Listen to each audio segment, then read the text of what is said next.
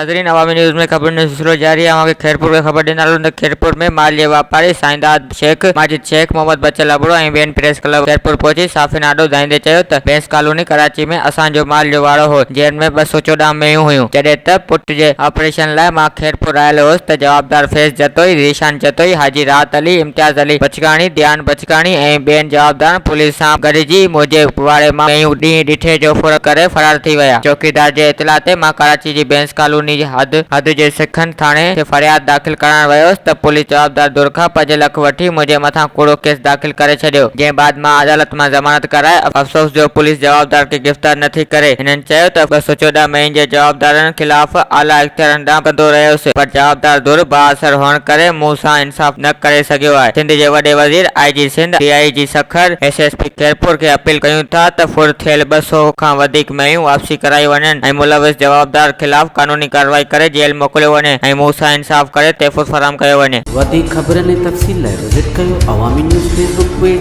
YouTube page ऐं अवामी news website.